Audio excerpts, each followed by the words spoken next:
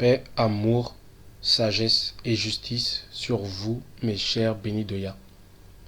Merci une fois de plus de m'écouter, de suivre cette vidéo. Mes frères bantous, mes princes et mes princesses, mes rois et mes reines, vous êtes le peuple choisi par Yanzambe lui-même. Et je vous remercie une fois de plus de me suivre. Vous savez, la vérité est là. La vérité, elle existe. Mais la vérité a été détruite. Elle a été mise en pièces. Tel un verre qui se brise et il y a plein de petits morceaux qui sont éparpillés un peu partout. Tel un jeu de puzzle. Vous voyez. Et petit à petit, moi, ainsi que mes frères qui font les vidéos justement, faisons tout le nécessaire pour rassembler ces pièces du puzzle, pour rassembler tous ces petits morceaux de verre, pour recoller et remettre en un morceau cet objet de la vérité, cette image de la vérité, en rassemblant toutes les pièces du puzzle. Et si vous les rassemblez tous les éléments, si vous rassemblez tous les éléments que nous vous donnons, vous allez voir que vous avez commencé à avoir une panoplie, une image qui se fait, qui se forme et qu'on appelle la vérité.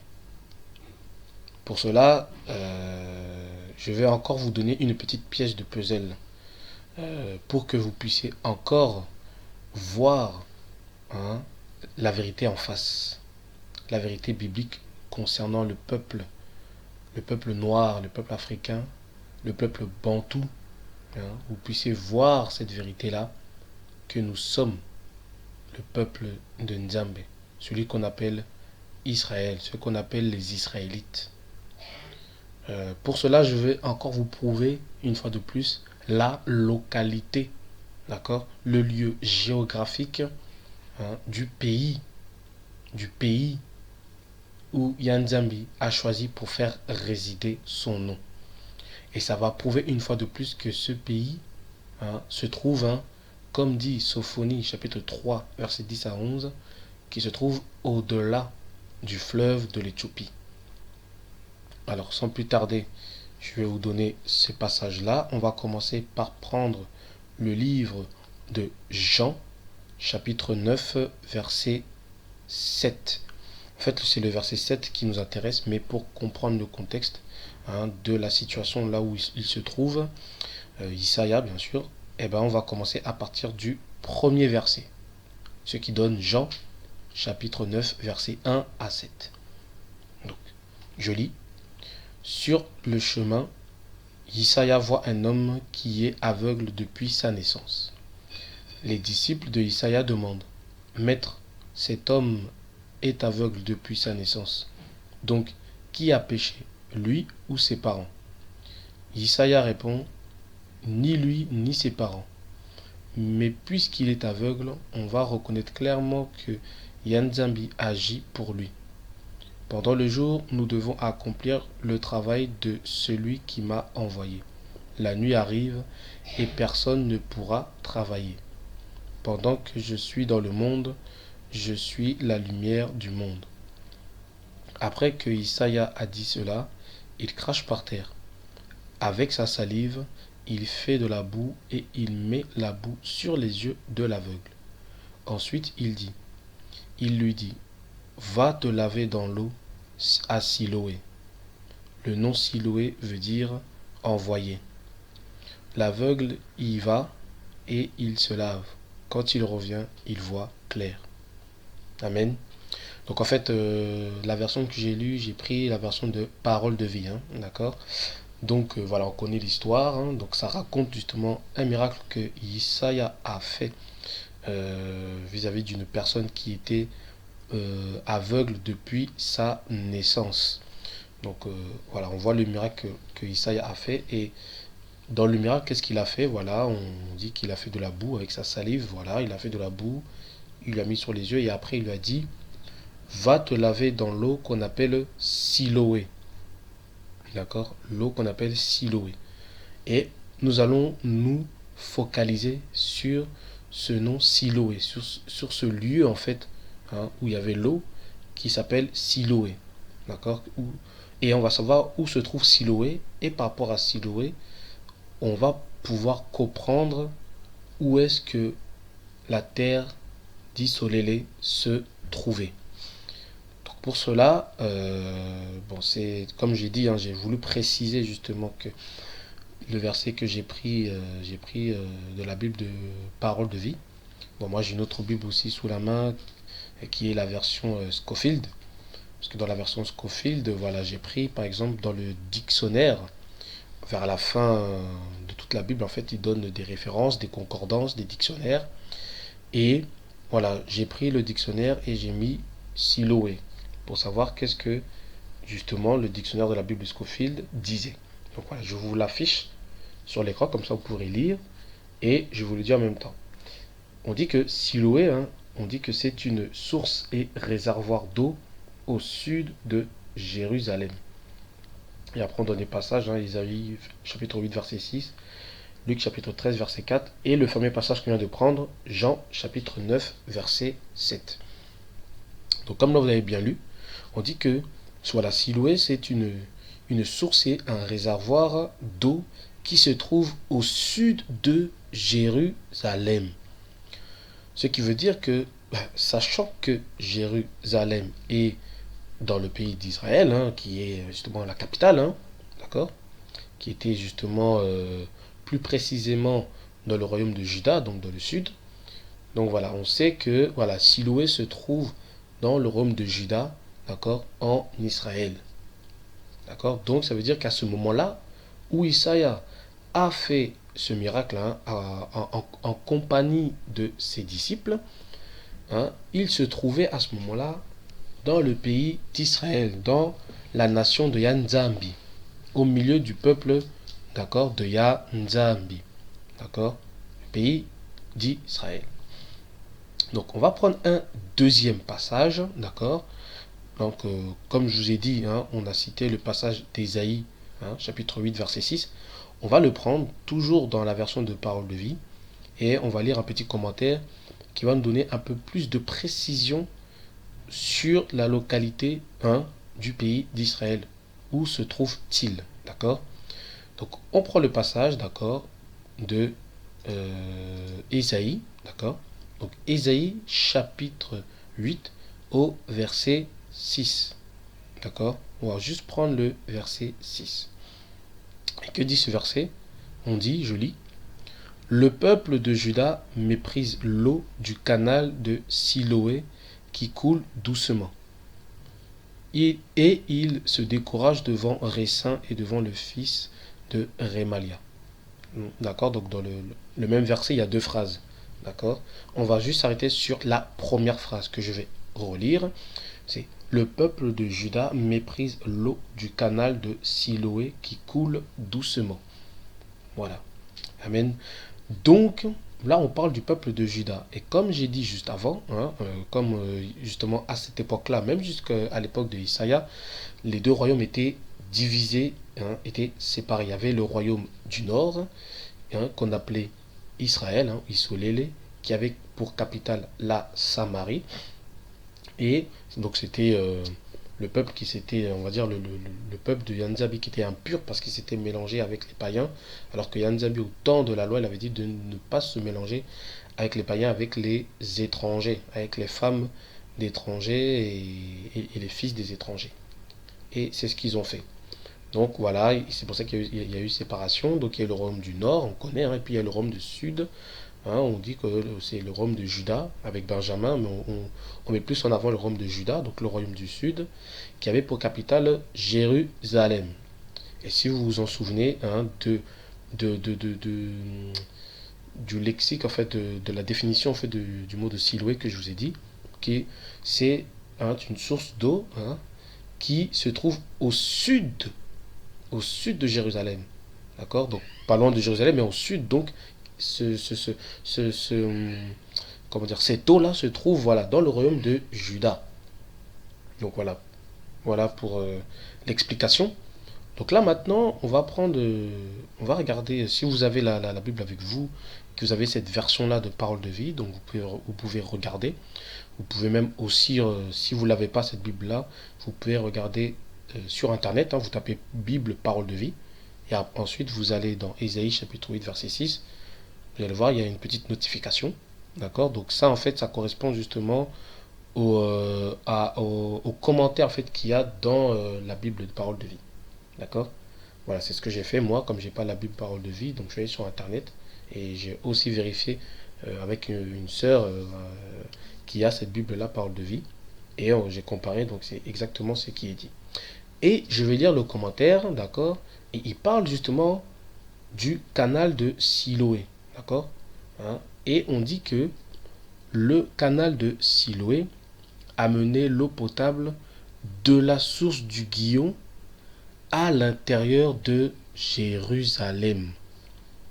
Je répète, le canal de Siloé a mené l'eau potable de la source du Guillon à l'intérieur de Jérusalem.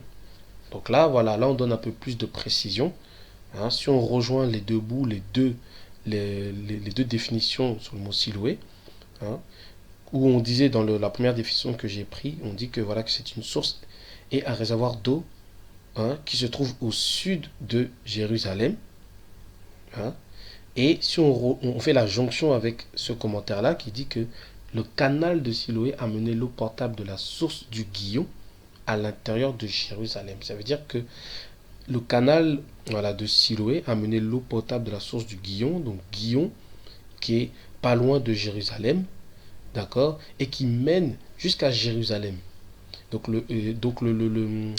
la source Guillon se trouve dans le sud de Jérusalem et il a un canal qui amène, hein, donc, d'accord, donc il part de la source de Guillon et il y a un canal qui amène jusqu'à Jérusalem. Et on appelle ça le Siloé, le canal de Siloé, ou la mer ou l'eau ou le fleuve de Siloé. Et c'est sur cette eau-là que Isaïa avait dit à l'aveugle-né d'aller se baigner. Voilà, pour que le miracle se fasse. Donc, on sait que maintenant le canal de Siloé a un lien direct avec la source Guillon. Avec Guillon, hein, la source Guillon, ou son fleuve aussi Guillon. Et où se trouve Guillon? Que dit-on, d'accord, de ce fleuve Guillon? Pour cela, il faut qu'on aille dans Genèse, et c'est ce qu'on va aller. Donc on va aller dans Genèse, chapitre 2, verset 13. Qui dit quoi? Qui dit que, hein, donc on va lire, le second fleuve est le fleuve Guillon. C'est celui qui entoure tout le pays de Couche. D'accord? Le deuxième fleuve, c'est Guillon. C'est celui qui entoure tout le pays de Couche. Donc on sait que d'après la Bible, le fleuve Guillon entoure le pays de Couche. Bon, je vous pose la question. Où se trouve le pays de Couche? Dans quel continent le pays de Couche se trouve-t-il? Donc on le sait tous, hein, tous les exégètes, pardon, tous les biblistes, les pasteurs, toutes les personnes, tout ce que vous voulez, sont d'accord à l'unanimité pour dire que Couche représente l'Éthiopie, hein, l'ancienne Nubie, hein, l'Éthiopie, pas l'Éthiopie d'aujourd'hui, hein, on sait que la capitale est Addis Abeba. Non, pas le petit Éthiopie là. On sait que tout l'Éthiopie prenait presque toute l'Afrique du Nord jusqu'à l'Afrique centrale à peu près. C'est tout ce coin-là où quand on disait, voilà, la Nubie, le royaume de Couche, c'était toute cette zone-là. D'accord? Avec ses fleuves, etc. Avec, voilà, ses vallées, voilà. et toutes ces régions, dont la région de Madian, Madian qui se trouve justement dans le royaume de Couche, dans la terre de Couche, dans le pays de Couche. Pour preuve de ce que je dis, par exemple pour Madian, on sait que voilà, Moïse, Massa, avait pris pour femme une Madianite. Parce qu'on sait que, voilà, par rapport à l'histoire de Jéthro, pour ça vous pouvez lire vous lisez dans Exode, hein, vous faites la jonction entre l'histoire dans Exode, quand Moïse justement a pris Séphora pour femme. Hein, on sait que Séphora est une Madianite et que son père Jéthro était le prêtre, était un prêtre madianite. D'accord. Et quand vous faites la jonction avec le nombre 12, hein, on sait que, voilà, le frère et la sœur de Massa, donc Meyama qui est Marie, Myriam, et Aaron ont commencé à murmurer contre Massa, Moïse, parce qu'il avait pris une femme éthiopienne. Et là, on dit une femme éthiopienne, une couchite. Voilà, il a pris une femme couchite. Et on sait que la couchite est une madianite. Donc voilà, si vous faites la jonction, vous rassemblez les deux passages et vous comprenez que, voilà, quand on disait une madianite, et c'était une éthiopienne en fait.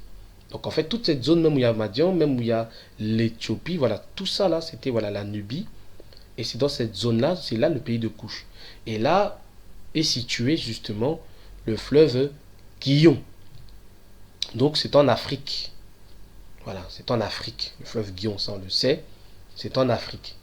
Et on voit que là, Isaiah a fait un miracle, hein, et il lui a dit, hein, à l'aveugle-né d'aller se laver dans le fleuve Siloé. Siloé qui est lié à Guillon. Guillon qui entoure le pays de Couche. Couche qui se trouve en Afrique. Vous voyez? Donc, la question que je vous pose, c'est que où se trouvait-il Isaiah, les disciples et l'aveugle-né quand tout cela s'est passé? Sachant que il n'était pas loin de Jérusalem, donc il était dans le royaume de Juda. D'accord? Dans le royaume de Yandi. Où se trouvait-il? Dans quel continent se trouvait-il? La réponse est simple et claire et formelle. D'accord? Il se trouvait en Afrique. Donc là, on voit encore une preuve supplémentaire, encore une petite pièce du puzzle pour attester, pour prouver, pour affirmer que la terre d'Israël était et est toujours en Afrique. Souvenez-vous, si vous avez vu mes vidéos, mes précédentes vidéos, c'était une de mes premières vidéos, peut-être la quatrième ou un truc comme ça, où j'ai prouvé encore, hein, j'avais parlé justement du fleuve Guillon, mais j'avais pris d'autres passages pour prouver que justement la terre d'Israël était en Afrique. J'avais parlé de l'histoire de Salomon où il a été proclamé roi, où son père Daoud avait dit que allez proclamer mon Salomon roi à Guillon. J'avais aussi pris un deuxième passage dans 2 Chroniques, si je me souviens bien, chapitre 33, où c'était le roi Manassé. Le roi Manassé, donc là c'était au temps des rois, où au début il avait désobéi à Yanzambi, il a été emmené captif par les Assyriens, et qu'ensuite il a été libéré parce qu'il avait imploré la grâce de Yanzambi. Il s'était repenti, il avait demandé pardon, et Yanzambi l'a libéré, et il a ramené à Jérusalem. Et on dit que il a bâti des villes fortes, d'accord, des villes fortes de Juda, et il les avait bâties, hein, à Guillon. Il avait bâti ça à Guillon. Donc on parle de Juda et on parle de Guillon. On parle de Jérusalem. Donc on comprend que la terre d'Israël se trouve pas loin de Guillon. Et Guillon, sachant que c'est un fleuve qui se trouve en Afrique, clairement, concrètement, c'est un fleuve qui se trouve en Afrique, ce qui veut dire que la terre d'Israël se trouve en Afrique. Et plus précisément, on sait que, étant donné que Ésaïe chapitre 18, hein, tout chapitre 18, et Sophonie chapitre 3 verset 10 nous montrent clairement la localité où Yanzambi dit clairement que la terre où son nom réside, où ses adorateurs l'adorent, d'accord, et l'adoreront à nouveau dans le temps futur. C'est une terre qui se trouve au-delà des fleuves de l'Éthiopie. La Nubie, vous voyez, hein, la Nubie, Couche, les pays de Couche, le pays de Couche. Donc on va au-delà, donc on va plus loin hein, que le pays de Couche. Ça donne justement l'Afrique centrale jusqu'à l'Afrique du Sud. Et c'est la terre où vivent qui? Les Bantous. C'est pour ça que on atteste et on affirme que ce sont les Bantous qui sont les Israélites.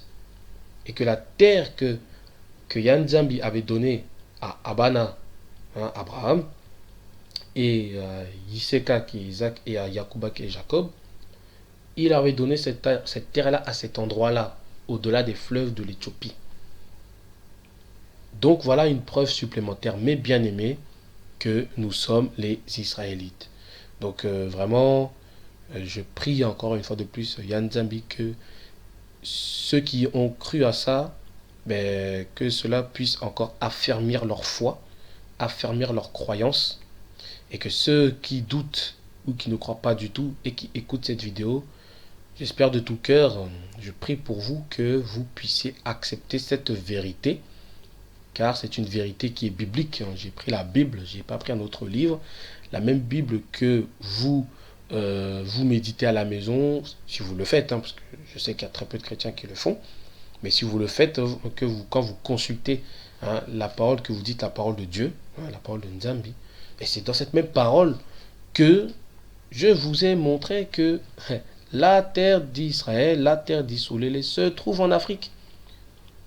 Méditez, vérifiez, d'accord, consultez Yanzambi, priez, demandez la vérité à Yanzambi, jeûnez s'il le faut, voilà, demandez à Yanzambi la confirmation afin que vous connaissiez la vérité et que cette vérité, si vous l'acceptez, que cette vérité-là vous affranchisse de l'esclavage spirituel de l'Occident, des Édomites, l'esclavage mental des Édomites et l'esclavage physique, parfois, hein, pour certains, de l'Édomite. Voilà, ainsi ma vidéo s'achève. Bon, c'était une petite vidéo, donc voilà, c'était une petite preuve que je voulais vous apporter, hein, une preuve supplémentaire, une pièce supplémentaire pour justement la mettre sur votre tableau du puzzle, afin que vous puissiez justement agrandir votre panoplie.